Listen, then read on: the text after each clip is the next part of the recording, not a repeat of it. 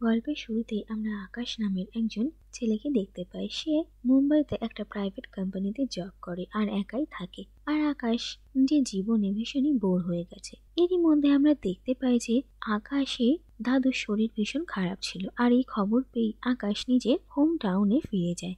আর দেখা যায় যে আকাশের দাদু একটা ফটোগ্রাফি স্টুডিও চালাতেন, আর এখন সেই স্টুডিওটা বিক্রি করার কথা চলছিল। আর আকাশ একজন ডিলারের সঙ্গে কথা বলে আর এই স্টুডিওটা একটা ভালো দামে বিক্রির ডিল ফাইনাল করে নেয়। আর এই স্টুডিওটা বিক্রি করার আগে আকাশ একবার সেই স্টুডিওটাতে যায়, আর সেখানে যেতে তার ছোটবেলার অনেক পুরনো স্মৃতি মনে পড়ে যায়। এরপর আমরা আকাশের ছোটবেলার গল্প দেখি। আকাশ যখন 6 বছরের বাচ্চা ছিল তখন সে তার বাবা মা আর দাদুর সঙ্গে এই শহরেই থাকতো, আর সে ভীষণ খুশি ছিল। আর আকাশের দাদু একজন ফটোগ্রাফার ছিল, আর তিনি একদিন হঠাৎই আকাশের ভবিষ্যৎ সম্পর্কে একটা কথা বলেন। তিনি জানান যে আকাশ তার বাড়ি থেকে 500 স্টেপ দূরে থাকা একটা মেয়ের প্রেমে পড়বে, আর সে মেয়েটাকে সত্যি খুব ভালোবাসবে, কিন্তু তারা একসঙ্গে কোনোদিনও থাকতে পারবে না। আর নিজের দাদুর এই কথা শুনে আকাশ 500 স্টেপ হেঁটে একটা বাড়িতে পৌঁছয়, কিন্তু সে দেখে যে সেখানে যে মেয়েটা রয়েছে সে তার থেকে অনেক বড়, আর এটা দেখে সে ভীষণই ডিসঅ্যাপয়েন্ট হয়। এরপর দেখা যায় যে আকাশ যখন আরেকটু বড় হয় তখন তারই এক ক্লাসমেট শ্রুতির সাথে আকাশের ভালো বন্ধুত্ব হয়, আর তারপর ধীরে ধীরে তাকে অপরকে ভালোবাসতে শুরু করে। কিন্তু এরপর আকাশের স্কুল শেষ হওয়ার পর হঠাৎই তাকে মুম্বাইয়ে তার আগের পড়াশোনার জন্য চলে যেতে হয়, আর আকাশ শ্রুতিকে জানিয়েও যেতে পারে না। আর যখন শ্রুতি এ কথা জানতে পারে তখন সে ভীষণই কষ্ট পায়, আর আকাশ এতটা স্বার্থপরের মতন কাজ করতে পারে সেটা সে ভাবতেও পারে না। এরপর গল্প আবার প্রেজেন্টে আসে, আর আমরা দেখি যে আকাশ শ্রুতির খোঁজ করতে তার বাড়িতে যায়, কিন্তু সে জানতে পারে যে শ্রুতি এখানে থাকে না। অন্যদিকে আকাশ এটাও জানতে পারে যে তার বস তার উপর ভীষণ রেগে রয়েছে, আর তিনি আকাশকে তার জব থেকে বের করে দিতে চান। এই কথা জানতে পেরে আকাশ তাড়াতাড়ি মুম্বাই ফিরে আসে আর নিজের বসের সঙ্গে দেখা করে, আর সে তার চাকরিটা বাঁচানোর অনেক চেষ্টা করে। এরপর আকাশের বস তাকে জানায় যে যদি তাকে তার চাকরি বাঁচাতে হয় তাহলে তাকে এই কোম্পানির জন্য একটা বড় কন্ট্রাক্ট নিয়ে আসতে হবে, আর আকাশ তার জন্য হ্যাঁ বলে দেয়। আর জানা যায় যে যে এই কোম্পানির ইনভেস্টরের ওয়াইফ মিসেস পাবলো এখন ক্যানাডাতে রয়েছেন, আর তার হাজবেন্ডের সঙ্গে ডিভোর্স হয়ে গেছে। আর মিসেস পাবলোকে ইমপ্রেস করে তাদের কোম্পানি কন্ট্রাক্ট আনতে হবে।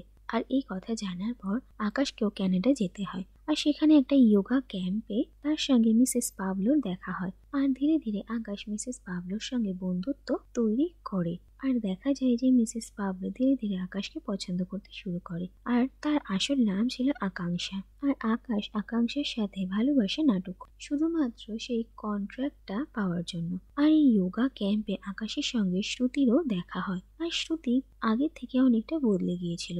আর প্রথমে তো সে আকাশকে চিনতেই পারেনি, কিন্তু শেষে আকাশ তার সঙ্গে কথা বলতে পারে, কিন্তু শ্রুতি তাদের অতীত নিয়ে আকাশের সঙ্গে কোনো কথা বলতে চায়নি। এরপর দেখা যায় যে তাদের ক্যাম্পে একটা টাস্ক দেওয়া হয়, আর আকাশ আর শ্রুতি এই টাস্কে পার্টনার হয়।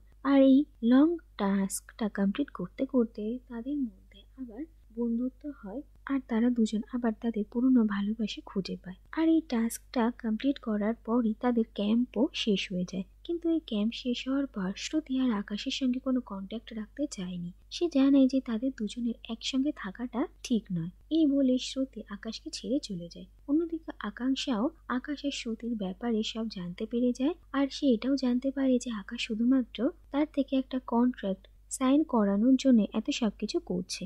আর রাগে আকাঙ্ক্ষা সেই কন্ট্রাক্টটা আকাশকে পাইয়েও দেয়। এরপর আকাশ মুম্বাইয়ে ফিরে আসে, আর সে এটা রিয়েলাইজ করে যে সে শ্রুতিকে কতটা ভালোবাসে। তাই সে শ্রুতিকে খুঁজে বের করার অনেক চেষ্টা করে, কিন্তু শ্রুতির কোনো খোঁজ সে পায় না।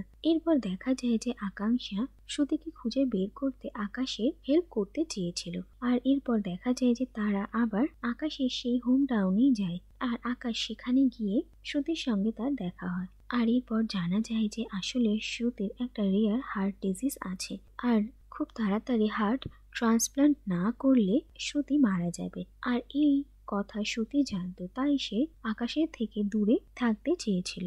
আর এই কথা জানতে পেরে আকাশ ভীষণই আহত হয়। অন্যদিকে শ্রুতি আকাশকে রিকোয়েস্ট করে যে তারা সারা জীবন তো একসাথে থাকতে পারবে না, কিন্তু যে কদিন শ্রুতি আছে সে কদিন তারা তাদের সারাটা জীবন বেছে নিতে পারে।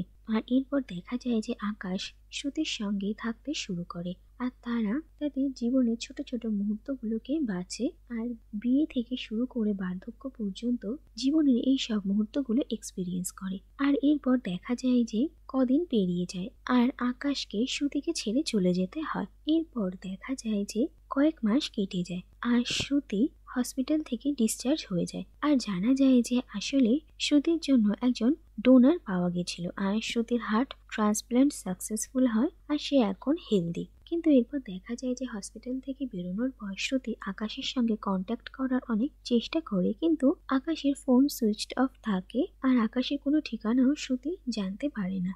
আর এরপর সে আকাশের একটা মেসেজ পায়। এরপর দেখা যায় যে শ্রুতি তার বাড়ি ফিরে আসে, আর সে যখন তার বাড়ির সামনে এসে পৌঁছয় তখন হঠাৎই তার হার্টবিট বেড়ে যায়। আর এটা দেখে শ্রুতি রিয়েলাইজ করে যে আসলে তার হার্ট যে ডোনার দিয়েছে সে আর কেউ নয় বরং আকাশ। কারণ আকাশ যখনই শ্রুতির বাড়ির সামনে আসতো তখনই তার হার্টবিট ফাস্ট হয়ে যেত। আর এটা জানতে পেরে শ্রুতি ভীষণই দুঃখ পায় যে আকাশ আর এই পৃথিবীতে নেই। শ্রুতিকে হার্ট ডোনেট করার জন্য আকাশ নিজের জীবন ত্যাগ করেছে। আর এর থেকে এটাই বোঝা যায় যে আকাশ শ্রুতিকে কতটা ভালোবাসে। এরপর শ্রুতি সেখান থেকে সেই জায়গাটায় যায় যেখানে একটা গাছে আকাশ আর শ্রুতি নিজেদের ভালোবাসার চিহ্ন এঁকেছিল, আর সেখানে গিয়ে শ্রুতি তাদের ছোটবেলার কথা মনে করে। আর এরপর শেষে দেখা যায় যে আকাশের দাদুর সেই স্টুডিওটা বিক্রি করা হয় না, আর শ্রুতি আকাশের দাদুর সঙ্গে সেই স্টুডিওটা আবার ওপেন করে, আর তারা আকাশের স্মৃতিতে এই স্টুডিওটাকে চালিয়ে যেতে চায়। আর শেষে দেখা যায় যে শ্রুতি আকাশের দাদুর একটা ফটো ক্লিক করছিল। আর এর সাথে এই গল্পটা শেষ হয়ে যায়।